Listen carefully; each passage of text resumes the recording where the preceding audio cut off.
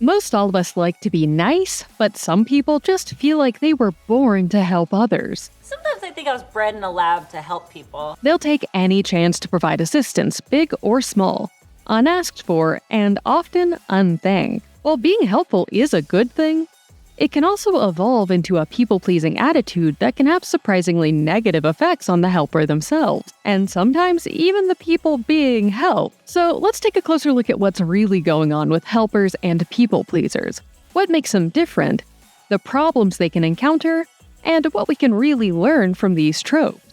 While some people are always first and foremost looking out for number one, others can't help but want to try to provide a helping hand to pretty much everyone they come across. While this drive can be born out of a need to be liked, which we'll unpack in a moment, I should have said something, but I'm such a people pleaser, which I know comes from my father's inability to validate me. it's usually based in their inherently kind natures. On screen, we often see it split down two branching paths. The first are the genuine helpers.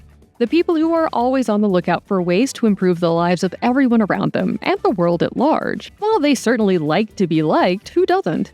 That isn't the main driving force behind their good deeds. They're quite perceptive, which allows them to see the problems around them clearly, and their solution-focused natures lead them to act on their impulse towards improvement. All we can do is get there as fast as we can. And because these helpers aren't just operating out of a desire to be liked, they're also not pushovers. In fact, they often fall into the other end of the spectrum, where they have zero problem standing up for what they believe is right, even when it's tough. Take Parks and Recreation's Leslie, for example. She's focused her entire life around helping as many people as possible. She's wanted to work in government, making the world a better place for her neighbors and constituents since she was a little kid. If I seem too passionate, it's because I care. If I come on strong, it's because I feel strongly. As an adult, she's gone after this goal full steam ahead, though is often dismayed to find out how many roadblocks can pop up, even when you're trying to make things better. But she never lets this stop her. And in fact, being told no when she knows something is right just makes her go after it twice as hard. Her strong, unapologetic personality makes it possible for her to make big changes, even when it's an uphill battle. And her drive to make the world a better place at all costs helps some of the less stellar parts of her job roll off her back. These people are members of a community that care about where they live. So what I hear when I'm being yelled at is people caring loudly at me. Similarly, New Girl's Jess is an empathetic, caring person who helps out so many people in her life, from her students to her friends. Sometimes she can focus on others a little too much. Do you just walk around all day thinking about other people's feelings? Yeah, don't you? No. How do you get anything done? It's hard. But at the end of the day, she's actually quite good at balancing assisting others and helping herself. Her nice helper personality might cause some to assume she's a pushover, but that isn't the case. In the same way she's willing to stand up for others, she's also able to stand up for herself. Suck it, Mr. Krabs. This kind of positive focus on helping, combined with a strong sense of self, often leads to more equal relationships. The helper might have to wake people up a little bit to get the ball rolling on reciprocity, but because they've worked on building strong, genuine relationships with the people around them, those people are then happy to help out in return. For the last 6 months, my friends have worked so hard. Every 5-minute coffee break at work, every night, every weekend, every spare moment of their lives, they gave to me. On the other end of the helper spectrum are the people pleasers, the people whose desire to help springs from less positive impulses. Often this is due to a fear of rejection. They can't cope with anyone being mad at them or not liking them, and so will do anything in an effort to avoid that fate, even when it causes them problems, which it often does. Oh, Penny, what did they do to your car? Could I get two back? Sure. In my defense, I do tend to shy away from confrontation.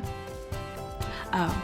Psychologist Linda Tillman explained to Psychology Today, the typical people pleaser is someone who lacks an internal compass to gauge the value of their own actions. As a result, they spend their lives looking for validation from others. People-pleasing tendencies often start early in life. Children are often shown by the world around them that the way to be rewarded and validated is to be good. That is, be quiet and do whatever the parent says. They're made to believe that their only value in the world is how useful they are to the people around them, how willing they are to put everyone else's needs above their own no matter what. This then extends out to relatives and teachers and then can continue to follow them into the workplace, friendships, and relationships in adulthood. This can play out in across-the-board people-pleasing tendencies, where they become essentially subservient to everyone in their life, or can just continue to focus on one person from who they seek validation most. We can see this in the Roy children from Succession, whose entire lives are essentially focused around pleasing one person, their father. He played mind games with them and pitted them against each other for what little affection he was willing to dole out, and usually only as a ploy to get them to do what he wanted. Do you have any idea how it feels to be, promised something and then just have it taken? Yeah. As a result, in adulthood, they're willing to give up anything or hurt anyone, including themselves, if they think it will please Logan. We were just talking. To him, the enemy Hey, did. Rome, the adults are talking. How about you go play in the other room? Many people pleasers, however, attempt to please everyone in their life. Rainbow on Blackish, for example, has so much going on for herself. She's nice, intelligent, has an important job, is beautiful. But even as a strong, capable adult, her people-pleasing nature at times leads her to misery. She felt like she didn't receive enough attention from her father as a child, and so seeks out praise as an adult, often through attempting to be as nice and helpful as possible to those she aims to please, even when it's to her detriment. But I'm a people pleaser! Why do I always have to please people? She's also, of course, had to deal with the expectations placed upon Black women in particular, to be even nicer and to put everyone above themselves even more. It takes her going to therapy to really begin to understand how this outlook on life has followed her from childhood, how it's negatively affected her, and how she can begin working to change things for the better for herself. My inability to accept that my father doesn't see my need for validation. Good. Right? Whew, that was really good. And for some characters, like Friends Monica, for example, the drive to people please can actually come from a desire for control. They constantly fear that they aren't enough, and so hope that if they can make others dependent on their help, they'll always be needed. People-pleasing attitudes can also have more nefarious underpinnings. On Succession, Tom turned his Midwest nice personality up to 11 in an attempt to sneak his way further and further up the ladder. He's always willing to help, no matter how much it might pain him, to the point that everyone else makes fun of him for it. Tiptoe Tommy. Here to serve. Mm-hmm. Here to serve. Lip balm Tom Wom. Lubing up his lips to kiss my butt. But no matter how much he's mocked and belittled, he's always able to stick around because everyone feels like they'll be able to use him. In looking down on him, however, they miss how clever he really is.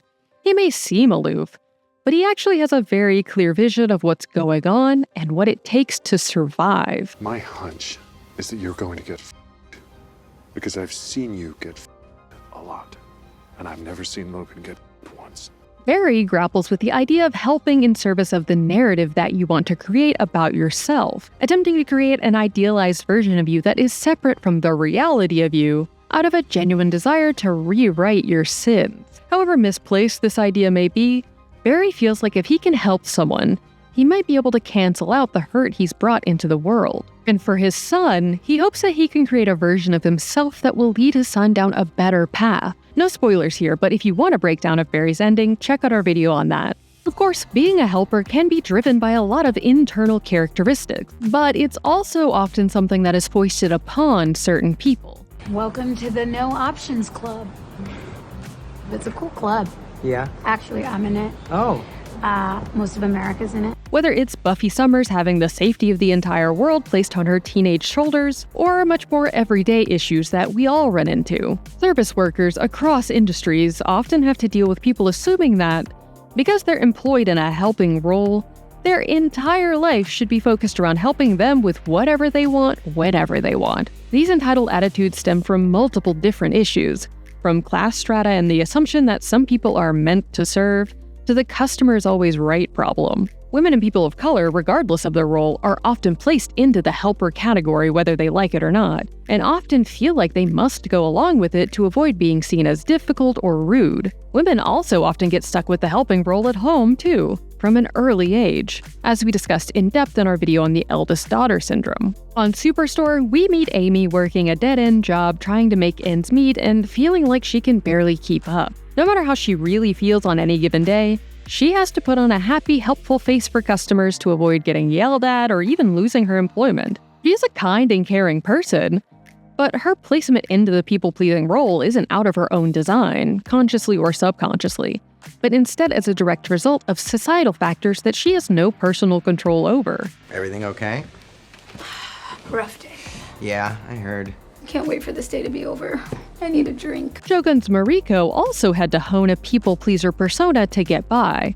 After her traumatic childhood, she forged her helpful nature not only out of loyalty, but also as a way to keep herself safe. She has many skills that come in handy, but her interpersonal skills are especially important. It's thanks to her intelligence and empathy that she's able to truly understand the heart of what people are trying to communicate, and uses her people-pleasing skills to soften those communications so that things don't escalate. Tell this milk dribbling f***s me, I'm ready to go. There's also the extreme version of this, with artificial intelligences brought to life solely to be helpful to others. Sometimes they're allowed to have their own personalities and pizzazz, like the Good Place's Janet, but more often, they're programmed to be people-pleasers in the most rudimentary of ways, and are almost always women created to help men.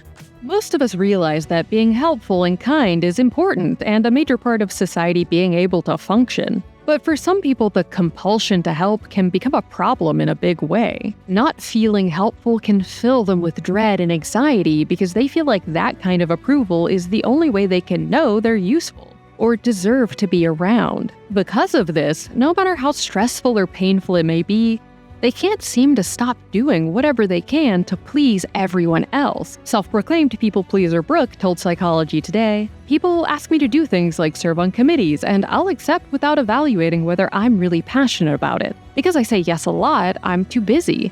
I'm too stressed and my attention is divided." I'm a grinder. I grind because I worry, and I have a very high tolerance for pain and physical discomfort. Even for the characters who very much aren't doormats, their nature can still lead to them getting walked over sometimes, or harming themselves in service of their bigger goals to help more. According to clinical psychologist Debbie Sorensen, people pleasers are especially prone to burnout at work. They tend to be very kind, thoughtful people, which makes it that much harder for them to set boundaries, not take on too much work, or get emotionally invested in their jobs. I'm gonna work until I'm 100 and then cut back to 4 days a week. Oh God, I'm already so bored thinking about that one day off. The drive to constantly find a way to help can also even cause problems for the people being helped, particularly when they didn't ask for or don't want that help. We have to go back, Kate. We have to go back! People pleasers who are driven by their compulsion to be liked and prove that they're useful can sometimes find that they're having the opposite effect, upsetting people and pushing them away by being overbearing or presumptive. While people-pleasing can certainly lead to a lot of problems, being a genuine helper can be great for you and everyone lucky enough to be in your orbit. As long as we're living and breathing, there's more we can do. We just have to be strong enough. And there are many different levels on the helper spectrum. Not everyone wants to be, or even can be, on and ready to help all the time. But the people who show up when it really counts are just as important to the fabric of our lives. I owe this victory, all of it, to my friends and my supporters. No one achieves anything alone. And sometimes the people who don't have any interest in helping anyone else can even find a spark that leads them to do so and make a big change. A sewing machine? Yeah, he loved it. Even if people-pleasing tendencies have led to stress and even misery, that doesn't mean that one is trapped in that cycle forever.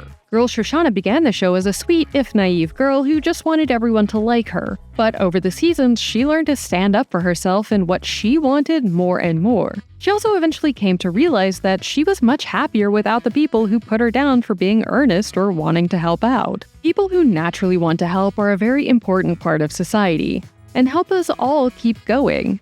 But it's important that they don't forget to think about themselves too. It's important for helpers, and especially people pleasers, to create boundaries for themselves and others, and to realize that it's okay to say no to things. And if anyone does get mad at you for it, they probably aren't people who are adding positively to your life anyway. Taking time to focus on yourself and to set healthy boundaries isn't selfish. It's necessary to avoid burnout. Helpers make the world go round, and it's time they got the respect they deserve. Always look for the helpers. There will always be helpers.